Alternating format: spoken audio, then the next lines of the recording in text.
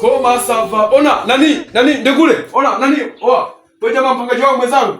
Vipi? Mambo ni aje? Shwari. Bwana vipi lakini? Shwari. Kumekuchwa. Bwana umeshaamka? Sema mwanangu. Mara mwisho kufanya usafi ni lini mwanangu? Wewe tulia. Wewe unafaa wasifanyia mara moja basi mwanangu. Sasa? Hapa sasa unaniingilia. Njoo mwanangu, nilikuwa na shida na wewe mwanangu. Unakuingilia wapi mwanangu, mwanangu mwenzangu? Ona nani? Vipi tena haya mafuta? Asubuhi. Kwa wewe hujui kazi ya mafuta.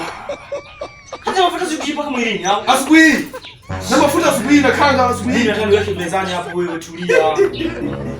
Sasa tusikie basi. Mimi nafahamu wewe ndio sasa.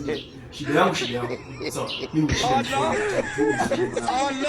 mimi hasa naongea kingine. 1500 nisaidie ndugu yangu. Asubuhi.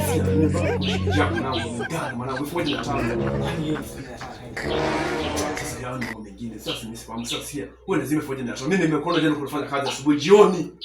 Pale mimi nilikuwa nafanya ile kazi, nilikuwa nataka kulala. Sasa nisaidie 1500 ndugu yangu. Sina kilio. Hivi nyewe wao mbona mkoje mwanangu? Sio wewe ni mwenzangu wangu, tumepanga nyumba moja. Mkishafika Bongo mbona mkwanga ugumu sana ubishi alafu amtoe kutoa sana mwanangu. Hiyo buku jeru sina. Ngambie tu hiyo buku jeru sina. Wewe ni mwa watu mwanzo leo. Mbavu nilikuwa nataka unijue mpaka ninapoishi. Ukija kuniteka. Kwa hiyo nini? Wewe mpumbavu nini? Unaniambia mimi unamwambia mwanaume kwa hiyo?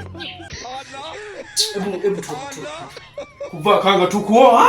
Tulia. Nyewe wao mtakuja kufia Bongo nyewe waha. Tulia wewe. Hebu toka hapo. Kwa hiyo buku jera hamna? Hiyo kifupi haipo.